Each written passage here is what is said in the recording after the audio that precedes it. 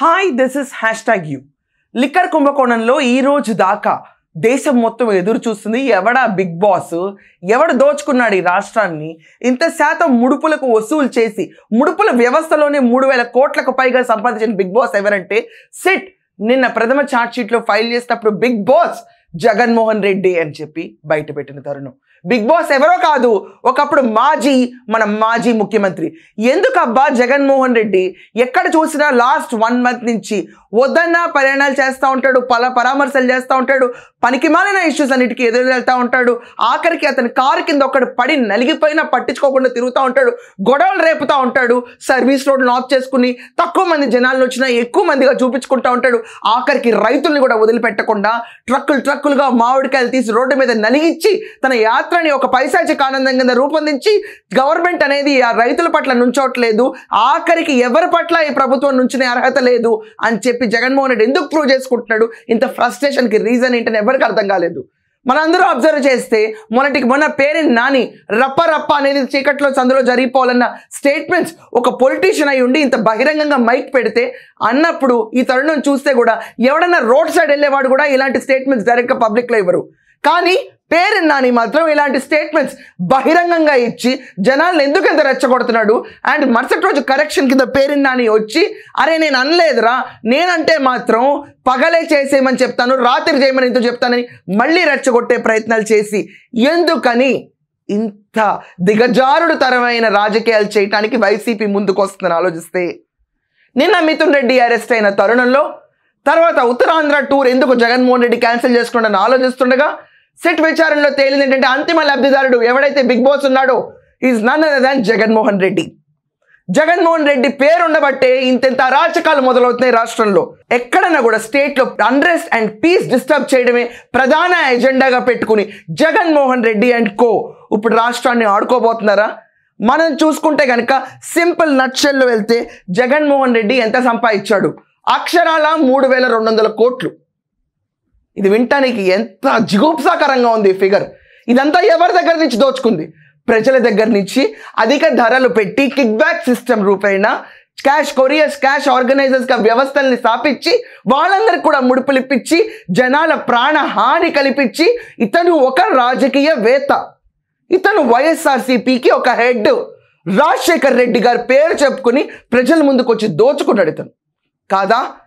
విజయమ్మ గారి మొహం చూసి రాజశేఖర్ రెడ్డి గారి పాలన చూసి మోసపై ఓటేస్తే మనకొచ్చిన ఫలితం జగన్మోహన్ రెడ్డి కాదా? తప్పట్టానా నేను? ఆలోచించండి, దేనికి భయపడాలి ఈరోజు రాష్ట్రంలో ప్రతి ఒక్కళ్ళు? ఫాస్ట్ ట్రాక్ కోర్ట్స్ పెట్టి ఈ కేసుని తొందరగా డిస్పోజ్ చేస్తే ఇతని పరిస్థితి ఏంటో ప్రతి ఒక్కళ్ళు చూస్తారు. బిగ్ బాస్ పేరెత్తాలంటే భయపడాలా ప్రతి ఒక్కళ్ళు. నిన్నటికి నిన్న మిథున్ రెడ్డిని అరెస్ట్ చేస్తే మనం చూసుకోవచ్చు. మాణిక్యం ఠాకూర్ కాంగ్రెస్ ఇన్ఛార్జ్గా ఉండేవాళ్ళు ఒకప్పుడు ఇక్కడ, ఆయన మిథున్ రెడ్డిని పావులా వాడుకున్నారు, బలిపశువుని చేశారు. ఎవరు బలిపశువుని చేశారు ఈ మిథున్ రెడ్డిని అని చెప్పారో తెలుసా మీకు? జగన్మోహన్ రెడ్డి అండ్ భారతీ రెడ్డి వీళ్ళిద్దరూ కలిసి మిథున్ రెడ్డిని పావులా వాడుకున్నారు, బలిపశువుని చేశారు, ఈరోజు ఎరగా వేశారు వీళ్ళిద్దరూ కలిసి అని చెప్పి బహిరంగంగా స్టేట్మెంట్ ఇచ్చారు. వెళ్ళి చూసుకోండి ప్రతి ఒక్కరు. కాంగ్రెస్లోని మాణిక్యం ఠాకూర్ ఇచ్చిన స్టేట్మెంట్ అది. అసలు ముడుపుల వ్యవస్థ యుద్ధంలోకి వెళ్ళి చూస్తే కనుక అసలు లిక్కర్ కుంభకోణంలోకి ఇంకా సెట్ వెళ్ళలేదు. ఇది కేవలం ముడుపుల వ్యవస్థలో జరుగుతున్న ఒక మహా కుంభకోణం ఎక్స్పోజ్ అయింది. ఈరోజు 3,200 కోట్లు ప్రజాధనం, ప్రజల ఆరోగ్యాలు, నేను నమ్మి వేసిన ఓట్లు.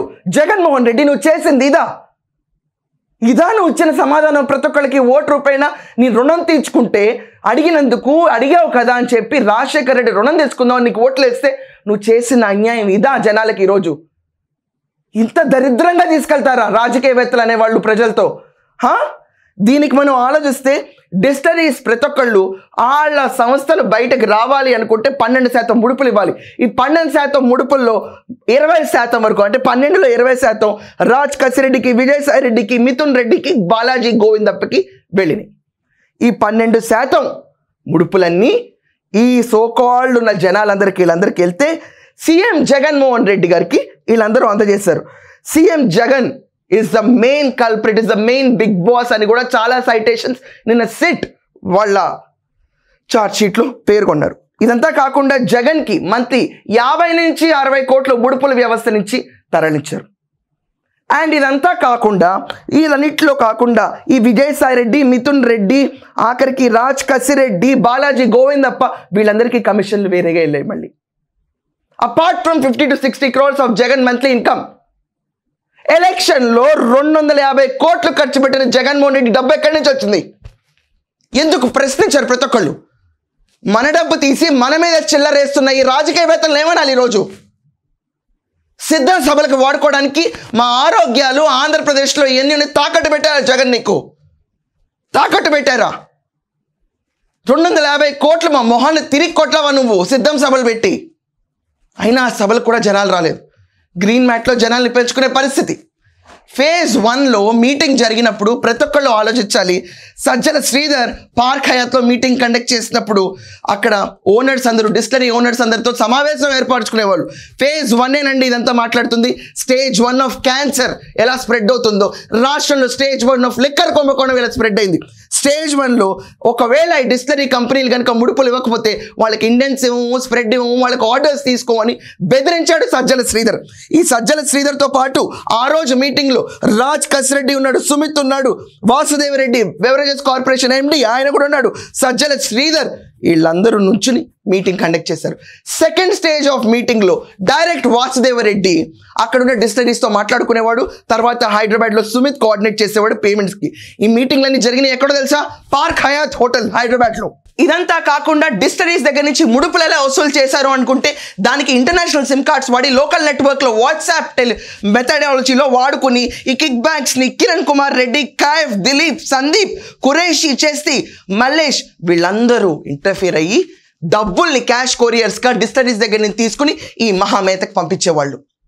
రాజ్ కసిరెడ్డి, మిథున్ రెడ్డి వీళ్ళందరూ కూడా క్యాష్ కొరియర్స్ అండ్ ఆర్గనైజర్స్గా వ్యవహరించారు. ఈ పర్టికులర్ ఇష్యూలో మనం అర్థం చేసుకోవాలి ఒకటి ఏంటంటే, జగన్మోహన్ రెడ్డి లిక్కర్ కుంభకోణంలో జస్ట్ డబ్బులే పోయినాయా అంటే కాదు, ప్రజల ఆరోగ్యం కూడా పోయింది, ఆంధ్రప్రదేశ్ భవిష్యత్తు పోయింది. లిక్కర్ని తాకట్టు పెట్టి 15 ఏళ్లకు సరిపడా అప్పు కూడా తెచ్చుకుని తీసుకెళ్ళిపోయాడు ఈ మహానుభావుడు. దేనికి ఖర్చు పెట్టావు జగన్ అంటే దానికి ఆధారాలు ఉండవు, మాటలు ఉండవు, ఒక్కటి కూడా ఎక్స్ప్లెయిన్ చేయడు పబ్లిక్కి. పబ్లిక్ ఎంటిటీస్ని వాడుకుని, పబ్లిక్ని కమోడిటీస్ కింద వాడుకుని మనిషి ప్రాణాన్ని లెక్క చేయకుండా, ఆ రోజు మనిషి ప్రాణానికి లెక్కలేదు, ఈ రోజు సింగయ్య ప్రాణానికి లెక్కలేదు, ఎప్పుడూ లెక్కలేదు జగన్కి. ఇదేమన్నా కొత్త? ప్రతి ఒక్కళ్ళు జగన్ కారు ఎందుకు ఆపలేదని అంటున్నారు.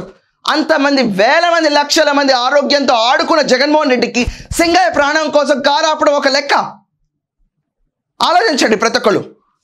ఇదంతా కాకుండా మనందరికీ తెలిసిన విషయమే, cash couriers and cash organisers వీళ్ళు డబ్బులు ఎలా తీసుకొస్తారు అని. కొన్ని గోల్డ్ కంపెనీస్లో ఓచర్స్ జిఎస్టీతో కట్టి వాళ్ళు ఆల్రెడీ బిల్స్ తీసుకుంటారు, that is ready to take gold కింద. ఆ ఓచర్స్ని డైరెక్ట్గా డిస్టిలరీస్ కొంతమంది గోల్డ్ ఓచర్సే ఇచ్చేవాళ్ళు, కొంతమంది డబ్బులు ఇచ్చేవాళ్ళు.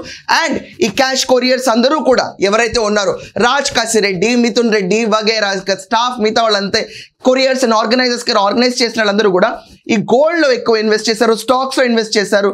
అండ్ క్యాష్గా రూపాయిని కన్వర్ట్ చేసిన తాడేపల్లి ప్యాలెస్ పక్కన తీసుకున్న ఒక లీజ్ డెన్లో ఒక కుంభకోణమైన వీడియో. ఇంత డబ్బు జీవితంలో ఎవరో చూడలేనంత డబ్బుని బిగ్ బాస్ కూర్చుని ఎలా పంచాలో కూడా చెప్పాడు అని చెప్పి సెట్ వార్తల్లో బయటకు వస్తాయి. మనం ఈ రకంగా చూసుకుంటే లిక్కర్ కుంభకోణంలో ఉట్టి జగన్మోహన్ రెడ్డికి 4 ఏళ్ల 6 నెలల్లో వచ్చిన ఇన్కమ్ 3200 కోట్లు. స్టిక్కర్ ఒకటి, లోపల ఉన్న కల్తీ లిక్కర్ ఒకటి. స్టిక్కర్ పైన ఉన్న ప్రైస్ ఒరిజినల్ బ్రాండ్ ప్రైస్ 500 అయితే దాన్ని 1500కి అమ్మి ఆ 1000 రూపాయలని మళ్ళీ కిక్ బ్యాక్ సిస్టంలో తీసుకుని ప్లస్ ఆ 500 రూపాయల సరుకు ఏదైతే మార్కెట్లో అవైలబుల్ ఉండాలో దానిపైన కూడా పర్సంటేజ్ తీసుకుని జగన్మోహన్ రెడ్డి తన సంపదని పెంచుకున్నాడు. అండ్ ఈ రకంగానే రాజ్ కసిరెడ్డి అనేవాడు 1000 కోట్లకు అధిపతి అవ్వగలిగాడు. కాదా? వీళ్ళందరికీ ఇంత రిచ్నెస్ ఎక్కడి నుంచి వస్తుంది? ఇన్ని సిద్ధం సభలు ఎలా పెట్టగలుగుతారు? రోడ్డు మీద లోకేష్ లాంటి వాళ్ళు మైక్ పెట్టుకుంటేనే స్టూల్ లాగేసే పరిస్థితిలో ఉండేటప్పుడు మీకు మాత్రం సిద్ధం సభలు, గ్రీన్ మ్యాట్లు ఎలా నడిచినాయి అనుకున్నారు ప్రతి ఒక్కళ్ళు? అది మన డబ్బే, మర్చిపోకండి. మనం ఖర్చు పెట్టిన కుంభకోణంలో డబ్బే అదంతా. ఆ డబ్బునే తీసుకొచ్చి ఓటుకింత అని కూడా పంచారు. మర్చిపోయారు అందరూ? మన డబ్బునే, మన ఆరోగ్యాన్ని మనమే తాకట్టు పెట్టి వీళ్ళందరికీ ఓట్లేసి మనందరం గెలిపించి మన నమ్మకాన్ని కూడా తాకట్టు పెట్టించుకుని జగన్మోహన్ రెడ్డి ప్రభుత్వం, వైసీపీ ప్రభుత్వం వీళ్ళందరూ మన డబ్బును తీసుకొచ్చి మనకే ఓట్లకు తిరిగిచ్చి మళ్ళీ మనకే అమ్మఒడిగా ఇచ్చి సానుభూతి పరిచి బుగ్గలు సవర్దీసి తల మీద ముద్దులు పెట్టుకుంటే వెళ్ళి జగనన్న వస్తాడు, మనకేదో జరిగిపోతుంది, జగన్ని జగన్ కాదు జగన్ అన్నయ్య, జగన్ మామయ్య ఇన్ని రకాలుగా పిలిపించుకుని ఇంకా దగ్గర అవుతాడేమో జగన్ అనుకున్న టైంలో లిక్కర్ కుంభకోణం రీతిన కుటుంబానికి వచ్చి కుటుంబ సంస్థని విచ్ఛిన్నం చేసి పిచ్చి పిచ్చిగా ఆడుకున్నారు. చెప్పండి, దీనికి ఎవరు బాధ్యులు అని ఇంతకాలం గొల్లుమని కొట్టుకున్నారు ప్రతి ఒక్కళ్ళు. Set any time arrest Jaganmohan Reddy now. రంగం సిద్ధమైంది. నేను అన్న డిబేట్లో నేను మాట్లాడినప్పుడు జగన్మోహన్ రెడ్డిని లేపేస్తారు అన్న వర్డ్ అన్నాను. అది పొరపాటున మైండ్ నుంచి ట్రిప్ అయింది నాకు. ఎత్తేస్తారు అన్న వర్డ్ వాడారు ఆయన. లాస్ట్ టైం ఆయన లండన్కి వెళ్ళినప్పుడు చంద్రబాబు నాయుడు గారిని ఎత్తేసారు అన్న వర్డ్ అన్నారు. Correct, I'm sorry, subject to correction in వీడియోకి. అలాగే ఇప్పుడు చంద్రబాబు నాయుడు గారు సింగపూర్ ట్రిప్ వెళ్ళినప్పుడు జగన్మోహన్ రెడ్డి గారిని ఎత్తేస్తారేమో. తప్పేంటి? ఇదంతా పక్కన పెడితే మిథున్ రెడ్డికి పార్లమెంట్ సెషన్స్కి వెళ్ళటానికి బెయిల్ కావాలంట. ప్రజల సొమ్ముతో దోచుకుని ముడుపుల వ్యవస్థగా నడిపి దాంట్లో ప్రధాన కింగ్ పిన్ కింద ఉన్న మిథున్ రెడ్డికి ఈరోజు 2 రోజులు 3 రోజులు పార్లమెంట్కి వెళ్ళి గొంతిప్పి మాట్లాడకపోతే ప్రజలకు హాని జరిగిపోతుందా? ఇదొక బెయిల్ పిటిషనా? చూసేవాళ్ళు నైతికంగా నీ బెయిల్ ఒప్పుకుంటారా? మిథున్, ఆలోచించు. నువ్వు పెద్దిరెడ్డి రామచంద్రారెడ్డి కొడుకు అయి ఉండొచ్చు, నువ్వు మేబీ ఎంపీ అయి ఉండొచ్చు, కానీ what is the stand with public? ఈరోజు జనాలందరూ నిన్ను చూస్తే నువ్వు వెళ్ళి మాట్లాడే ఆరాకోర 4-5 మాటల కోసం నీకు బెయిల్ ఇవ్వాలా? దీన్ని కూడా జనాలను అడ్డు పెట్టుకుని బెయిల్ తీసుకుని బయటకు రావాలని బతికే ఆలోచన తప్ప ఒక్కసారి కూడా నోరెప్పి నిజాలు మాట్లాడే వైఖరి మీలో ఎందుకు రాదు? అన్నిటికీ వాడుకోవాల్సిన జనాల్ని, అన్నిటికీ. ఈరోజు దాకా ఒక్క రాజకీయవేత్త వచ్చి మిమ్మల్ని వాడుకొని నేను నా స్వార్థం లేకుండా మీ అందరికీ సేవ చేస్తానని చూపించాలంటే చంద్రబాబు నాయుడు గారిని చూపించాలి. ఇలాంటి కుంభకోణాల్లో ఎప్పుడు ఇరుక్కోలేదు ఆయన. సేవ చేస్తానే వెళ్తున్నారు ఆయన. మేబీ ఫెయిల్యూర్స్ ఉంటాయి, దాంట్లో సక్సెస్ రేట్ ఉంటుంది, కానీ జనాలతో దోచుకున్నాళ్ళు ఎవరు చరిత్రలో బాగుపడినట్టు ఎక్కడా కనపడలేదు. ఇందుకేనా జగన్ షర్మిల నీ నుంచి వెళ్ళిపోయింది? ఇందుకేనా జగన్ నువ్వు ఓడిపోతావు అనే సంకేతాలు వచ్చినప్పుడు సునీత కూడా ఎదురు తిరిగారు? ఇందుకేనా జగన్ మీ మదర్ కూడా అమెరికా వెళ్ళిపోయారు నీ ప్రచారం అప్పుడు? ఇందుకేనా జగన్ ఈరోజు నీ పక్కన వాళ్ళు ఎవరు నోరెప్పట్లేదు? ఇందుకేనా జగన్ ఆంధ్రప్రదేశ్లో ఈరోజు అరాచకం అన్రెస్ట్ క్రియేట్ చేద్దామని చూస్తున్నావు? నువ్వు అరెస్ట్ అయితే ఒక సామాన్యుడు అరెస్ట్ అయిన కింద ట్రీట్ చేయాలి ప్రతి ఒక్కళ్ళు. సిట్ విచారణలో నువ్వు కూడా పార్టిసిపేట్ చేసి ఈరోజు నీ పైన ఉన్న ఈ ఆరోపణలన్నీ ఒకవేళ ట్రూ అని ఫేస్ అయిన తర్వాత your political life is over. And నువ్వు నీ పేరు ఒక్కటే హరాయించలా, దీంట్లో రాజశేఖర్ రెడ్డి పేరు కూడా క్లోజ్ చేస్తావు ఫర్ గుడ్. ఇదండి జరుగుతున్న లిక్కర్ భాగవతం. ఈరోజు ముడుపుల వ్యవస్థలో చాలామంది యుద్ధాలు చేసుకుని చివరికి ఎవరు రాజు అంటే చెస్ గేమ్లో మిగిలిన రాజు ఇతనే అని చెప్పి సిట్ పేర్కొన్న చార్ట్ షీట్లో ఉంది. ఈయన్ని ఎనీ టైం అరెస్ట్ చేయొచ్చు. It's a complete last battle for YSRCP today. Thank you.